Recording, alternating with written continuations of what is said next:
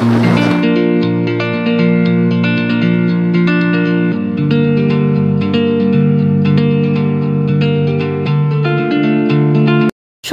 Entertainment. মোহনায় যাওয়ার জন্য রেডি হয়ে গেছি। তাহলে মোহনায় গিয়ে দেখি ওইখানকার সি বিচটা কেমন, এবং আমরা যাব হচ্ছে অমরাবতী পার্ক, উদয়পুর, সব জায়গাগুলোই যাব। তারপরে চলে যাব হচ্ছে সি বিচে আবার স্নান করার জন্য। আর আজকে বিকেলেই হচ্ছে আমাদের ট্রেন, আমাদের রিটার্ন করতে হবে 7টার সময়। তো তার জন্য আমাদের প্রিপারেশন নিয়ে বেরোতে হচ্ছে। তো এখন তাহলে যাওয়া যাক। আপনারাও চলুন আমাদের সাথে, পুরো ভিডিওটা দেখতে স্কিপ না করে, তাহলে তো দেখতে পারবেন পুরো জায়গাগুলো। মোহনায় যাওয়ার জন্য আমরা রাস্তায় নেমেই নিয়ে নিলাম হচ্ছে একটা অটো, আর এখানে টোটো অটো কিন্তু অ্যাভেলেবেল। এই যে আমরা সবাই বেরিয়ে পড়েছি হচ্ছে, যাব হচ্ছে আমরা মোহনায়। মোহনায় গিয়ে ওইখানকার সি বিচটা কেমন সেটা আমরা তো দেখবই, আর সাথে আপনাদেরও দেখাবো। তো পুরো ভিডিওটা স্কিপ না করে দেখতে থাকুন। এই যে আমরা বসে গেছি হচ্ছে অমরাবতী পার্কটা হচ্ছে নিউ দীঘার একদম সামনেই, কিন্তু আমরা আগে মোহনাটা ঘুরে তারপরে অমরাবতী পার্কে আসবো। তারপরে ওখান থেকে আমরা সি বিচে চলে আসবো স্নান করার জন্য। আমরা মোহনার উদ্দেশ্যে যখন বেরোলাম তখন ছেলেরা বলল যে আমাদের সাথে যাবে না। তো যাই হোক, আমরা একটা অটো ঠিক করে নিজেরাই বেরিয়ে পড়লাম বাচ্চাদের নিয়ে। তো যেতে যেতে দেখি যে ওরা রাস্তায় রয়েছে। তো তখন আমরা অটো দাঁড় করিয়ে হাজবেন্ড, তারপরে বোনের হাজবেন্ড, বাবা সবাইকে ডেকে নিয়ে ওদের উঠিয়ে নিলাম হচ্ছে আমাদের অটোতে।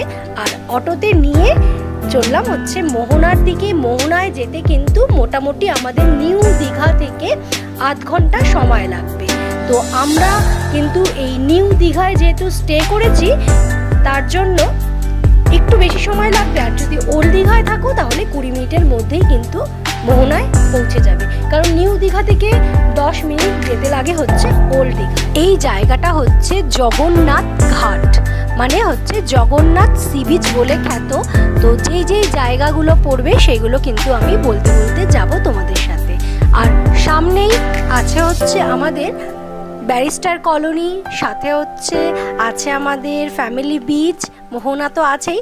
আর এখন আমরা খুঁজছি হচ্ছে থামস আপের দোকান। ভীষণ গরম, গলা পুরো শুকিয়ে যাচ্ছে।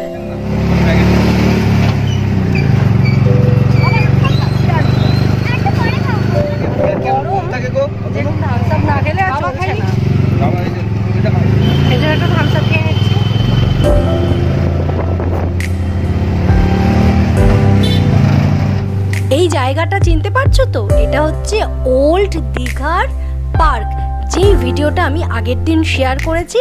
ওখানে কিন্তু রাত্রেবেলার ভিউটা আর এই পার্কটা কিন্তু দেওয়া আছে। অবশ্যই কিন্তু ডেসক্রিপশন বক্সে গিয়ে লিঙ্কগুলো চেক করে নিও। ওই লিঙ্কে কিন্তু দীঘার যাবতীয় ভিডিওর লিঙ্কগুলো দেওয়া আছে।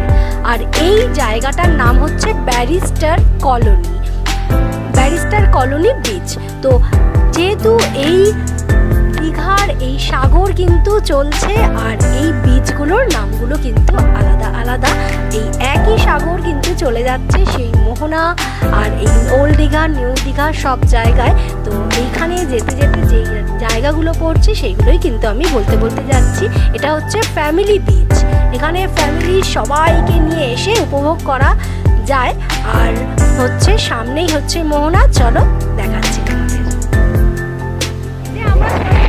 মোহনায় চারিদিকে মাছের মমক হচ্ছে, আপনাদের দেখাচ্ছি।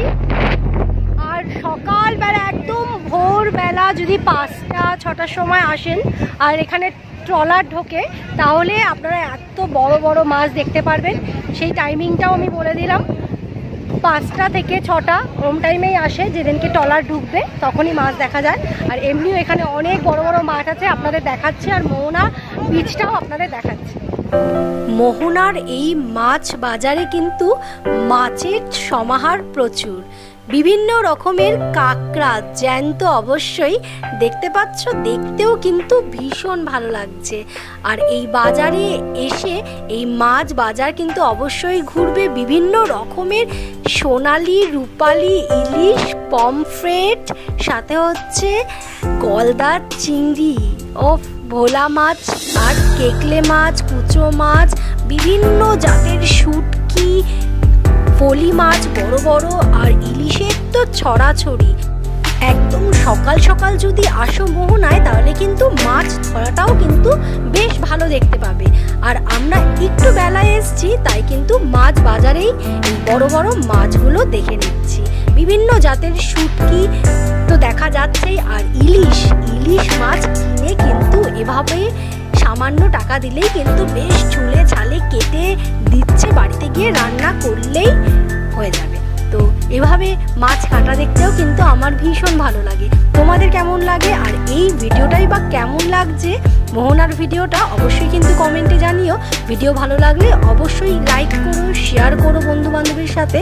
আর বিভিন্ন জাতের শুটকি দেখো, ফাঁসা মাছ, চিংড়ি শুটকি, গাংমরলা শুটকি, তারপরে হচ্ছে পমফ্রেটের শুটকি, কুচো চিংড়ি, ট্যাংরা শুটকি, সব কিছুই কিন্তু আছে। বিভিন্ন মাছের শুটকি মাছ এখানে কিন্তু পাওয়া যায়। তোমরা কিন্তু প্যাকেট করে বাড়ির জন্য নিয়ে যেতেই পারো। আর গরম গরম দুধ চা খেয়ে চলে গেলাম হচ্ছে এই হাওয়া ভর্তি মোহনার ধারে। এই মোহনা হচ্ছে চম্পা নদী এবং বঙ্গোপসাগরের মিলনস্থল। মোহনায় ঢুকেই এত গর্জন, সাগর আর নদীর এই মিলনস্থলে এত হাওয়া আর এত গর্জন দেখে মনটা বেশ উৎফুল্ল হয়ে গেল। কিন্তু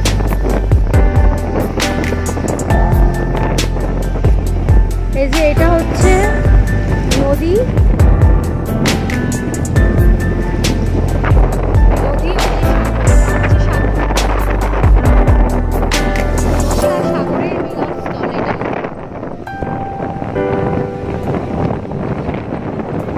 দেখুন এটা হচ্ছে নদী, এই যে সাগরে মিশেছে।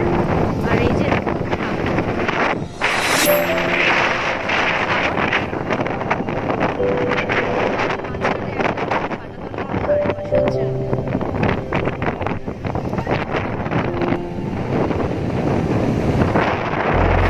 ডান দিকে হচ্ছে আমাদের বঙ্গোপসাগর মানে বে অফ বেঙ্গল, আর বাঁদিকে রয়েছে হচ্ছে চম্পা নদী। আর এই সোজাসুজি কিন্তু এটাই হচ্ছে মিলনস্থল, একদম পাটাতনে সোজাসুজি চলে যায়।